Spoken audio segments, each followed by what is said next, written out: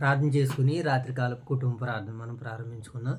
మోషుబ ప్రార్థనతో ఈ రాత్రికాలపు కుటుంబ ప్రార్థన మనం ప్రారంభించుకుందాం. మోషుబ ప్రార్థన. మహాగణుడు మహోన్నతుడ ప్రేమ ఒకటి తిన్న కృపగల దేవ, మీ ప్రేమకి వీలేదు వందన సుందర స్వర్ణం ఈ రాత్రికాల సమయంలో మీ లేఖనాలు చదువుకుని బాగా మీకు అన్నవాడు తండ్రి విట్టి వెంటబడే వాకు మరుదురంతరంగా 30 గంటలకు 60 గంటలుగా 100 గంటలుగా ఫలించరా చూడండి తిరిగెత్తుంది ఇదిగొండి ఈ ట్రిగతని లైవ్ని వీక్షించని ప్రతిబిడ్డండి సాయంత్రం ఖర్చు కావడం తండ్రి ట్రిగతని కలిసి నాడలుగా రగులు కొనది ఆమె ముట్టుబడుతుంది యేసుక్రీస్తు ఆమెను పరచండి ఆమేన్. ప్రార్థన చేయదైతే ఆమేన్ అనడమ్మా. చేతులు 2 చేతులు జోడించండి. 2 చేతులు జోడించమ్మా. మోషబాబు ప్రార్థన చేసినప్పుడు ఎప్పుడైనా సరే 2 చేతులు జోడించి శిరస్సు ఉంచుకుని ప్రార్థన చేయలేమా? ఒళ్ళు దగ్గర పెట్టుకుని ప్రార్థన చేయమ్మా.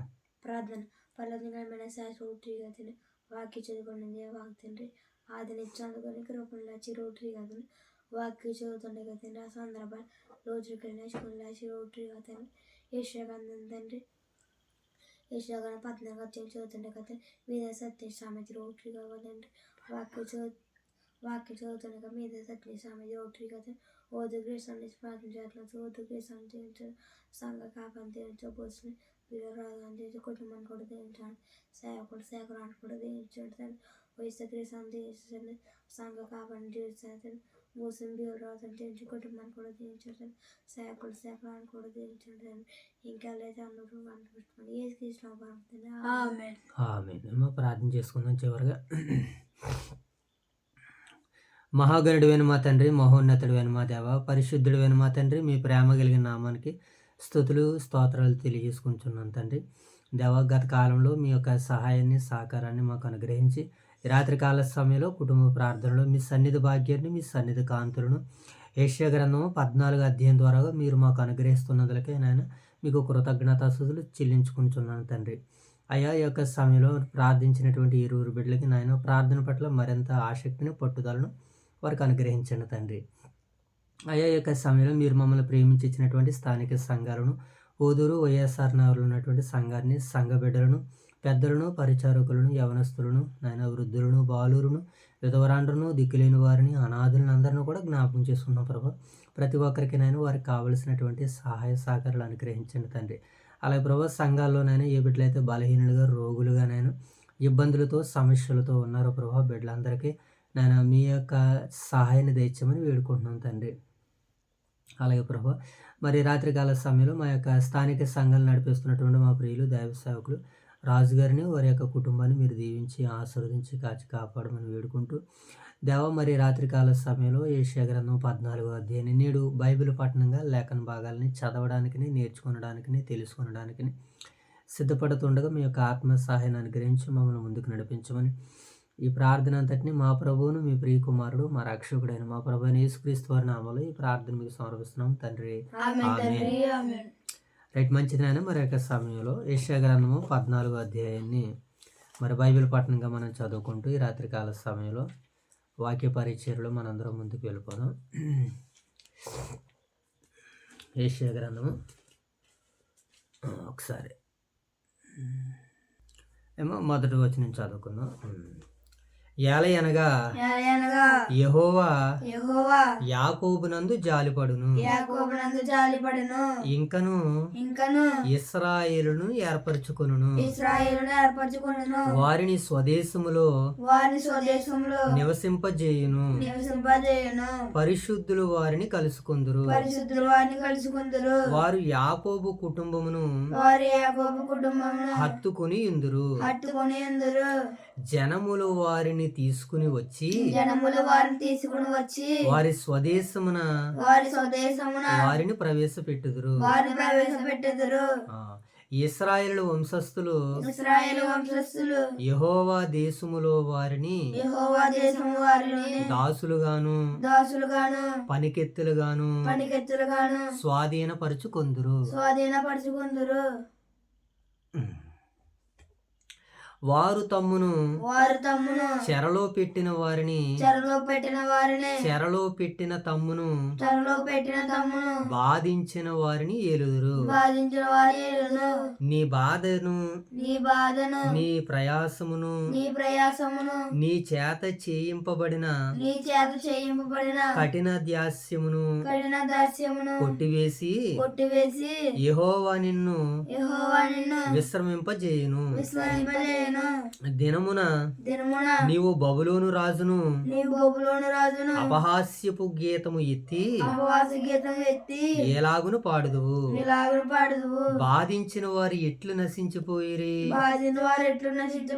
రేగుచుండిన పట్నము ఎట్లు నాశనమాయను. దుష్టుల దుడ్డుకర్రను మానని హత్య చేత జనములను క్రూరముగా కొట్టిన ఏలికల రాజదండమును యెహోవా విరగగొట్టి ఉన్నాడు.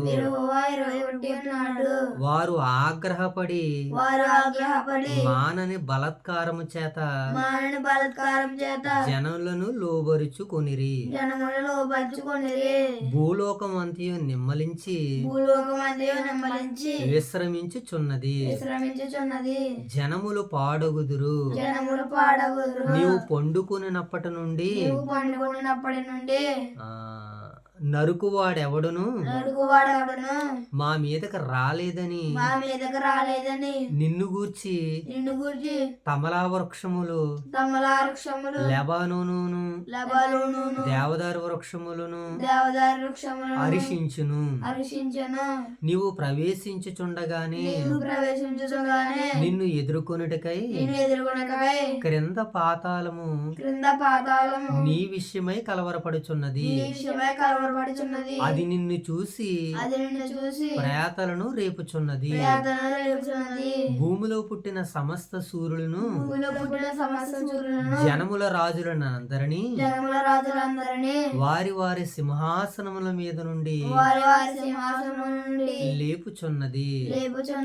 వారందరూ నిన్ను చూసి నీవును మావలే బలహీనుడు అయితివా, నీవును మాబోటి వాడు అయితివా అందరూ. నీ మహత్యమును నీ స్వరమండలముల స్వరమును పాతాళమును పడవేయబడును. నీ క్రింది పురుగులు వ్యాపించును. కీటకములు నిన్ను కప్పును. తేజో నక్షత్రమా వేకువ చుక్క నీవెట్లు ఆకాశం నుండి పడితివి. జనములను పడగొట్టిన నీవు నేలమట్టు వరకు ఎట్లు నరకబడితివి. నేను ఆకాశమునకు ఎక్కిపోయేదను. దేవుని నక్షత్రములకు పైగా చెప్పాలి బాగానే. దేవుని నక్షత్రములకు పైగా నా సింహాసనం హెచ్చింతును. ఉత్తర దిక్కునున్న సభాపర్వతం మీద కూర్చుందును. మేఘమండలం మీదకి ఎక్కెదను. మహోన్నతునితో నన్ను సమానునిగా చేసుకుందునని నీవు నీ మనసులో అనుకుంటివి కదా. నీవు పాతాళమునకు నరకములో ఒక మూలకు త్రోయబడితివి. నిన్ను చూచువారు నిన్ను నిదానించి చూచునట్లు తలపోయుదురు. భూమిని కంపింపజేసి రాజ్యములను వణికించువాడు ఇతడేనా.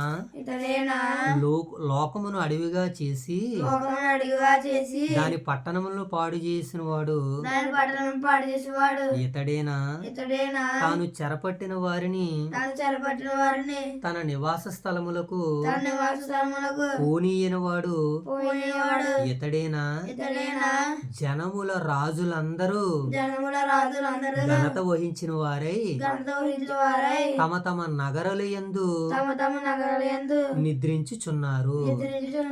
నీవు సమాధి పొందక పారవేయబడిన కొమ్మవలేనున్నావు. పాడవేవర కొమ్మవలెనున్నావు. ఖడ్గము చేత పొడవబడి ఖడ్గం చేత పొడవబడి చచ్చిన వారి శవములతో చచ్చిన వారి శ్రమములతో కప్పబడిన వాడు వైతివి. కప్పబడిన వాడైతివి. త్రొక్కబడుటకు త్రొక్కబడుటకు పీనుగులు వలె నైతివి. పీనుగుల వలె అయితివి. బిలము యొక్క రాళ్ల యొద్ద దినము యొక్క రాళ్ళ యొద్ద దిగుచున్న దాని వలెనున్నావు. దిగుచున్న రాళ్ళ వలె ఉన్నావు. నీవు నీ దేశమును పాడు చేసి నీవు నీ దేశమును పాడు చేసి నీ ప్రజలను హతమార్చితివి. నీ ప్రజలను మంచిదివి. నీవు సమాధిలో నీవు సమాధిలో వారితో కూడా కలిసియుందువు. వారితో కూడా కలిసిందువు. దుష్టుల సంతానము ఎన్నడును దుష్టుల సంతానం ఎన్నడను జ్ఞాపకములో ఉండదు. జ్ఞాపకంలో ఉండదు. వారు పెరిగి వారు పెరిగి భూమిని స్వతంత్రించుకుని భూమిని స్వతంత్రించుకొని పట్టణములతో పట్టణములతో లోకమును లోకమును ఆ, నింపబడకుండునట్లు నింపబడుకున్నట్లు తమ పితరుల దోషమును బట్టి తమ పితరుల దోషమును బట్టి అతని కుమారులను వధించుటకు అతని కుమారుని వధించుటకు దొడ్డి సిద్ధపరచుడి. దొడ్డి సిద్ధపరచుడే. సైన్యములకు అధిపతియగు యెహోవా వాక్కు ఇదే. సైన్యముల అధిపతి యెహోవా ఇదే. నేను వారి మీదకి లేచి నేను వారి మీదకు లేచి బబులోనులో నుండి బబులోను నుండి నా నామమును నా నామమును శేషమును శాసమును కుమారుని కొట్టివేసేదనని కొట్టివేసేదనని యెహోవా సెలవిచ్చుచున్నాడు. యెహోవా సెలవిచ్చుచున్నాడు. నేను దానిని ముళ్ళపందికి స్వాధీనముగాను ముళ్ళపందికి స్వాధీనముగాను నీతి మడుగులుగాను చేయుదును. నీతిమంతులుగా చేయుదును. నాశనమును నాశనమును చీపురు కట్టతో దానిని తుడిసివేసేదును. చీపురు కట్టతో దాన్ని తుడిచివేయుదును. సైన్యములకు అధిపతి యెహోవా సెలవిచ్చుచున్నాడు. సైన్యములకు అధిపతి యెహోవా సెలవిచ్చుచున్నాడు. సైన్యములకు అధిపతి యెహోవా సైన్యములకు అధిపతి యెహోవా ప్రమాణపూర్వకముగా ప్రమాణపూర్వకంగా ఎలాగూ సెలవిచ్చుచున్నాడు. ఇలాగు సెలవిచ్చుచున్నాడు. నేను ఉద్దేశించినట్లు నేను ఉద్దేశించినట్లు నిశ్చయముగా జరుగును. నిత్యముగా జరుగును. నేను విమోచించినట్లు నేను విమోచించినట్లు స్థిరపడును. స్థిరపడును. నా దేశములో నా దేశంలో అశ్షూరును సంహరించెదను. అశూరును సంహరించు.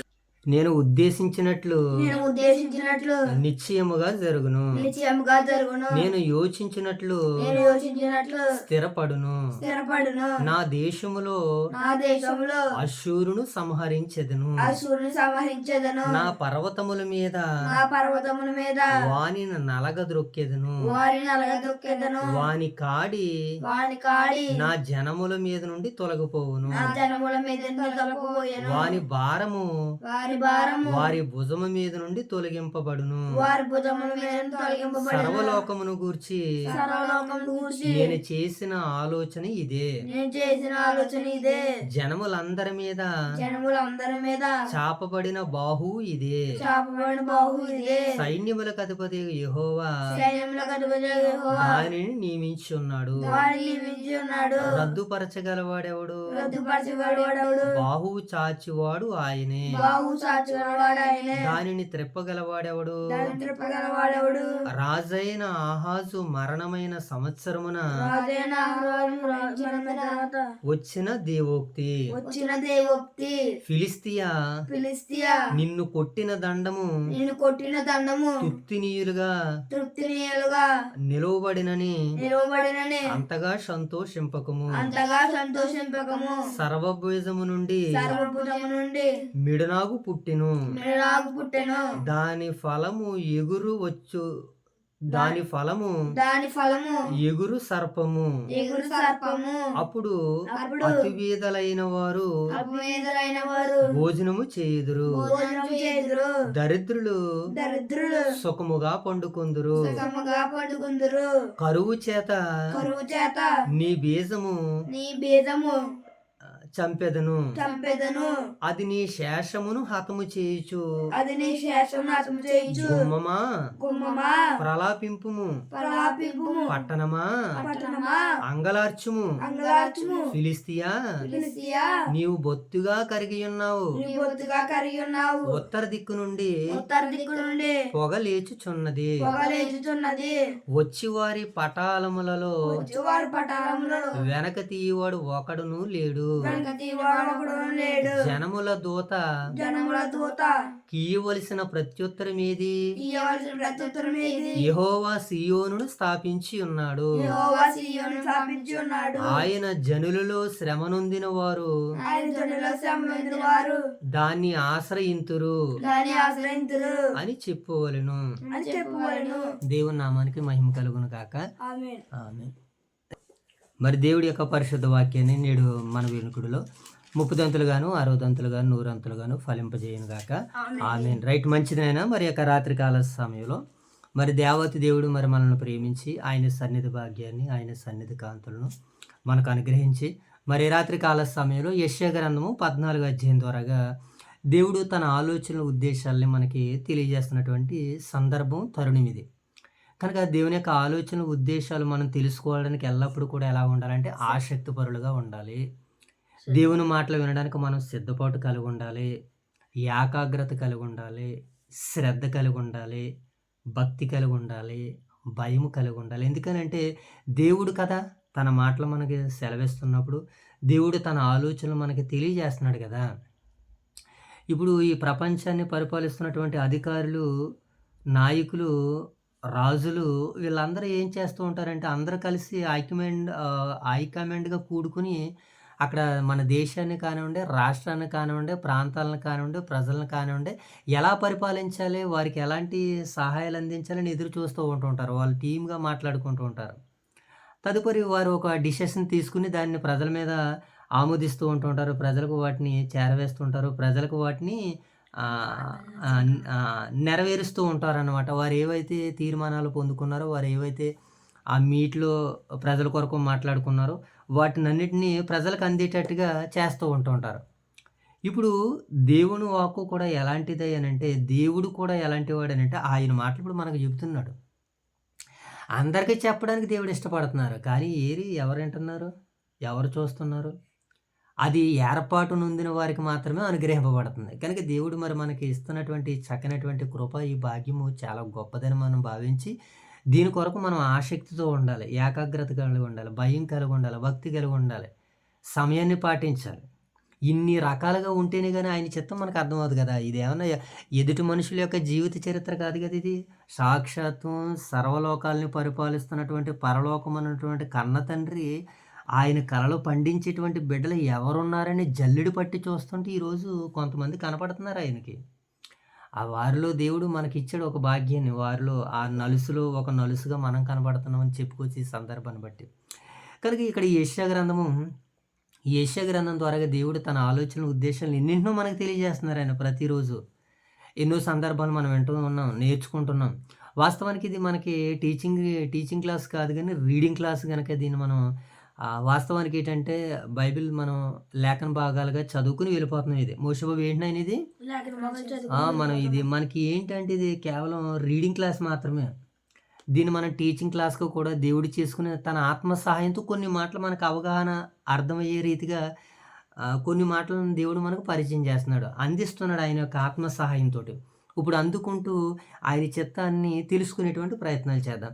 ఇప్పుడు వాస్తవానికి ఇప్పుడు ఈ 13వ అధ్యాయం నుంచి సుమారు 23 అధ్యాయాల దాకా. ఎన్నో అధ్యాయం నుంచి నాయన 13వ అధ్యాయం నుంచి 23వ అధ్యాయం వరకు, అంటే సుమారు ఒక 10 అధ్యాయాలు. 13 నుంచి 23కు 10 అధ్యాయాలు కదా మయంగా. ఈ 10 అధ్యాయాల్లో 10 దేశాల వారికి దేవుడు రప్పించబోతున్నటువంటి తెగుళ్ళు, తీర్పుల గురించి వ్రాయబడ్డాయి. ఎక్కడి నుంచి? 13వ అధ్యాయం నుంచి 23వ అధ్యాయం వరకు దేవుడు ఆయా జాతులకి తీర్పు తీర్చబోతున్నటువంటి విధానాన్ని గురించి వ్రాయబడింది. వాళ్ళు ఎవరెవరో, వాళ్ళకి దేవుడు ఎందుకు తీరుస్తున్నాడు, తీర్పు తీర్చడానికి గల కారణాలు ఏంటి అని లేఖనాలను మనం ఆలోచన చేస్తే దేవుని చిత్తం ఏంటో మనకు బాగా అర్థమవుతుంది.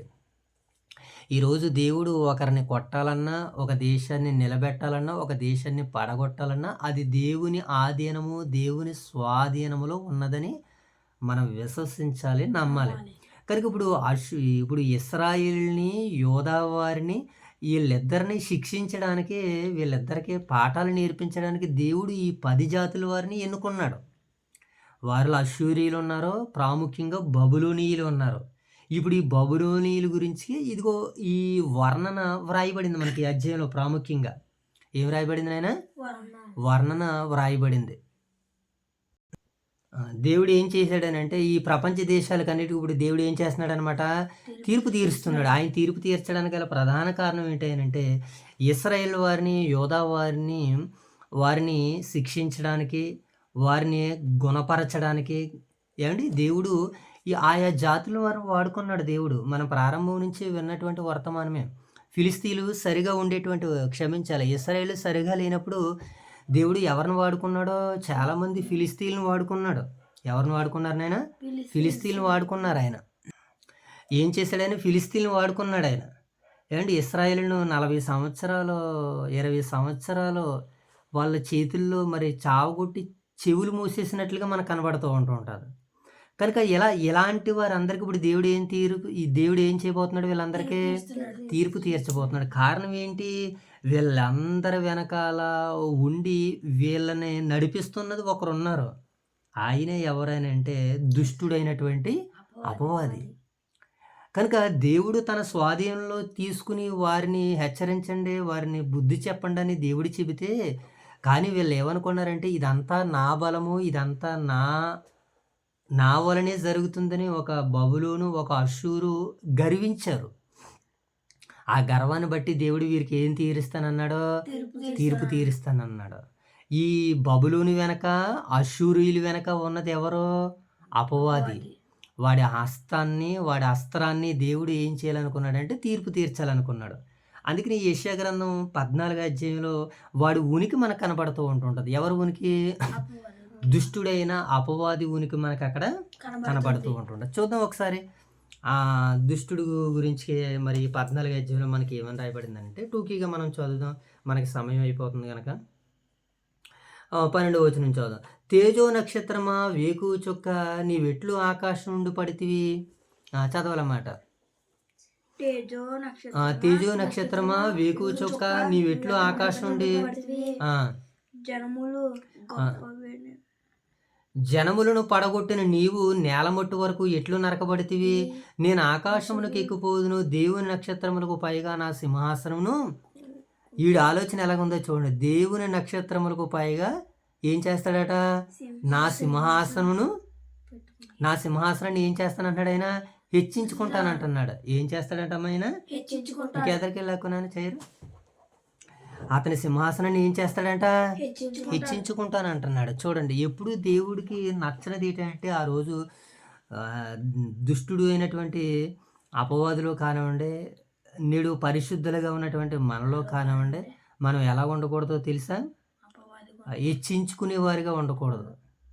మనం ఎలా ఉండాలంటే ఎంతసేపు తగ్గించుకునేవారిగానే ఉండాలి. కనుక ఇప్పుడు ఈడు ఏం చేద్దాం అనుకున్నాడు? దేవుని నక్షత్రములకు పైగా నా సింహాసనమును హెచ్చించెదను, ఉత్తర దిక్కునున్న సభా పర్వతం మీద కూర్చుందును, మేఘమండలం మీదకి ఎక్కేదును, మహోన్నతునితో నన్ను సమానునిగా సింహాసనం వేసుకుంటాడట. ఆయనతో నేను సమానంగా చేసుకుంటానని అనుకున్నాడు. ఎవరు అతను? అపవాది వెనకాల అపవాది ఎవరిని ప్రేరేపిస్తున్నప్పుడు? బబులోని ప్రేరేపిస్తున్నాడు. బబులోను కూడా ఎవరు ప్రేరేపించాడు? దేవుడే ప్రేరేపించాడు. కానీ దైవ ప్రేరేపణ పక్కన పెట్టి దుష్ట ప్రేరేపణకు లొంగిపోయారు బబులోనీయులు. అందుకనే బబులోను దేశాన్ని కూడా దేవుడు ఏం చేశాడు? తుత్తినీలుగా చేసేసారు. అంతే. ఆ తర్వాత వచ్చినటువంటి సామ్రాజ్యాలు ఈ అష్షూరుని, బబులోని కూడా నేలమట్టం చేసేసినాయి. ఇవి ఒకప్పుడు ఇతర దేశాలు నేలమట్టం చేసినాయి. కానీ అవే నేలమట్టం అయ్యేటువంటి రోజులు కూడా దగ్గర పడ్డాయి వాటికి కూడా. కనుక మనం ఎలా చూస్తున్నప్పుడు ఈ బబులోను, అష్షూరులు ఏం చేశారంటే వాళ్ళు అతిశయించి వారి మీదకు వారే ఏం చేశారు? వారి మీదకు వారే ఉగ్రత కొని తెచ్చుకున్నారు. దేవుని తీర్పు వారి మీదకు వచ్చింది. వారిని ఇతర రాజ్యాలకి దేవుడు మరలా అప్పగించి వారిలో ఉన్నటువంటి ఆ గర్వాన్ని అంతటిని కూడా దేవుడు నేల కొరిగించాడు అనమాట. వారిలో ఉన్నటువంటి ఆహాన్ని, గర్వాన్ని, అతిశయాన్ని. ఏంటి బాబు మోషే బాబు? వారిలో ఉన్నటువంటి గర్వాన్ని, అతిశయాన్ని, ఇంకేమేంటి? అలా ఇలా చూస్తూ మాట్లాడాలి. ఇలా ఉండిపోకూడదు. అటు ఇటు చూస్తూ మాట్లాడాలి. ఏమేమి తీసేసాడు వాళ్ళకి? గర్వాన్ని, అహంకారాన్ని, హ్మ్. అతిశయాన్ని ఇయన్నీ తీసేసాడు దేవుడు. ఎలాగా? వారిలో ఉన్నటువంటి ఆళ్ళేదైతే కోటలు కట్టారో ఆ కోటలనన్నిటిని నేలమట్టం అయిపోయినాయి. హ్మ్. కనుక మనం ఎలా ఉండాలి అనంటే, దేవుని దృష్టిలో మనల్ని మనం తగ్గించుకునే వారిలా ఉండాలి గనుకనే ఆయన చిత్తంలో ఇవన్నీ మనకు ప్రకటిస్తున్నాడాయన. మహోన్నతునితో సమానంగా చేసుకుంటున్నాను అనుకున్నది హెచ్చింతని అనుకుంది. కనుక నేలమట్టం దేవుడు ఏం చేసేసాడు? చేసేసాడు. మనకు ప్రకటన గ్రంథంలో ప్రభువైన యేసుక్రీస్తుల వారు మాట్లాడుతూ అనేక మాటలు మనం తెలుసు. ఆ మాటలు కూడా ఒకసారి మనం చూద్దాం. ప్రభువైన యేసుక్రీస్తుల వారు మాట్లాడుతూ మత్తయి సువార్త 16:23 చదువు ఒకసారి. లోక సువార్త 10:18 అయినా లోక సువార్త 10:18. లోక సువార్త 10:18 చదవాలి తీసిన తర్వాత వెలిగించి. లోక సువార్త 10:18 వదిలే. ఆయన సాతాను మెరుపు వలె ఆకాశం నుండి పడుట చూసి తిని. ఎక్కడి నుంచి వచ్చాడట దుష్టుడు వీడు? అయినను సాతాను మెరుపు వలె ఆకాశము నుండి పడుట చూసి తిని అని అన్నాడు. అంటే వీడికి ఏం పని అక్కడ? దేవుని పిల్లలు ఎవరైతే ఏం పని చేస్తున్నారో, దేవుని పిల్లలు ఎవరైతే గొప్పగా బ్రతుకుతున్నారో వాళ్ళ దగ్గరికి వచ్చి వాళ్ళను పాడు చేయాలి అని వాడు ప్రేరేపిస్తూ ఉన్నాడు. అలాగే ఇంకొకటి ఏంటంటే, దేవుని కంటే నేను గొప్పగా ఉండాలి, దేవుని అంత సమానంగా ఉండాలి, దేవుడు అంతటి వాడిగా ఉండాలని ఎవరైతే ఉంటారో అలాంటి వాడిని వీడు వాడుకుంటాడు వెళ్ళి. అలాంటి వారి దగ్గరికి వచ్చి ఏం చేస్తాడు? దా బాబు నాకు బాగా నువ్వు పనికొస్తావురా అని ఏం చేస్తాడు? అలాంటి వారిని ఎన్నుకుని ఇప్పుడు బబులోను రాజు ఎలాగైతే అయిపోయాడో, అష్షూరు రాజులు ఎలాగైతే అయిపోయారో వీళ్ళు కూడా అలాగే అయిపోతారని ఆకాశం నుండి మెరుపు వలె పడుతున్నాడట వాడు. కారణం ఏంటి? దేవుని పిల్లలు ఆయన దగ్గర నుంచి తీసివేసాడని. ఇంకా మనకు మత్తయి సువార్త 16:23 కూడా భాగాలు మనకు కనబడతాయి. మత్తయి సువార్త 16:23 అప్పటి నుండి తాను యెరూషలేమునకు వెళ్ళి పెద్దల చేతను ప్రధాన యాజకుల చేతను హింసింపబడుట 3వ దినం లేచుట అగత్యమని చెప్పెను. ఏమండి? అప్పుడు ఏం జరిగిందో చూడండి. అయితే అతడు పేతురు వైపు తిరిగి, సాతానా నా వెనకకు పొమ్ము, నీవు నాకు అభ్యంతర కారణమై ఉన్నావు. సాతాను నీవు నా వెనకకి ఏం చేయమంటున్నాడు ఆయన? ఆయన పేతురు గారిని చూసి ఏమన్నాడు? సాతాను నీవు నాకు అభ్యంతర కారణమై ఉన్నావు, నా వెనకకి తిరిగి వెళ్ళిపో అని అంటున్నాడు. అంటే వీడు ఎవరినైనా సరే వాడుకుంటాడు, ఎవరి దగ్గరికైనా వస్తాడు గనక మనం కాస్తంత మనం జాగ్రత్త పడితేనే కానీ వాడిలో నుంచి మనం బయటికి రాలేం. కనుక ఏదో రకంగా మనం మాయ చేసి ఆ రోజు అష్షూరీయులు, అలాగే బబులోనీయులు, ఇంకా ఆయా జాతుల వారు ఎలాగైతే అతిశయించి గర్వించారో వాళ్ళందరికీ తీర్పులు ఎలాగైతే తీర్చాడో దేవుడు, మరి ఈ విషయాలన్నీ మనం జ్ఞాపకం చేసుకుంటున్నప్పుడు ఓహో! దుష్టుడు ఒకవేళ మనల్ని కూడా శోధించే అవకాశం ఉంది. కనుక దుష్టుడు మనల్ని కూడా శోధిస్తాడు కనుక ఇప్పుడు మనం ఎలా ఉండాలి? కాబట్టి ఏం చేయాలి? అపవాదిని ఎదిరించండి. అప్పుడు వాడు మీ యొద్ద నుండి ఏం చేస్తాడు? పారిపోతాడు. వాడు మన దగ్గరికి రాడు. రాకుండా ఉండాలంటే మన దగ్గర ఏముండాలి? వాక్య ఖడ్గం ఉండాలి మన దగ్గర. కనుక వాక్య ఖడ్గం ఎప్పుడైతే మనం ఉందో వాడి దగ్గర వాడు వేసిన ఎత్తుగడలన్నీ కూడా మనం కూకట వేళ్ళలోనికి త్రోసేయచ్చు. కనుక మనం ఇలా చూస్తున్నప్పుడు మరి మనకు ప్రాముఖ్యంగా ఈ అధ్యాయం అంతా, ఈ 14 అధ్యాయం అంతా కూడా మరి ఈ దుష్టుడైనటువంటి అపవాది గురించి, అలాగే తేజో నక్షత్రం గురించి, అలాగే బబులోను గురించి, అష్షూరు గురించి, ఇంకా ఫిలిస్తీన్ల గురించి, ఈ దేశాల మీదకి రాబోతున్నటువంటి తీర్పుల గురించి ఇక్కడ మనకి వర్ణనాతీతం చేయబడింది. ఒకసారి ఒక మాట చూద్దాం మనం. యెహెజ్కేలు గ్రంథము 25వ అధ్యాయము 15వ వచనం చదువుదాం ఒకసారి. యెహెజ్కేలు గ్రంథము 15వ అధ్యాయము. నువ్వు ఆమోసు గ్రంథం 1వ అధ్యాయం 6వ వచనం తీయమ్మ. యెహెజ్కేలు గ్రంథము 25వ అధ్యాయము 15వ వచనం చదువు.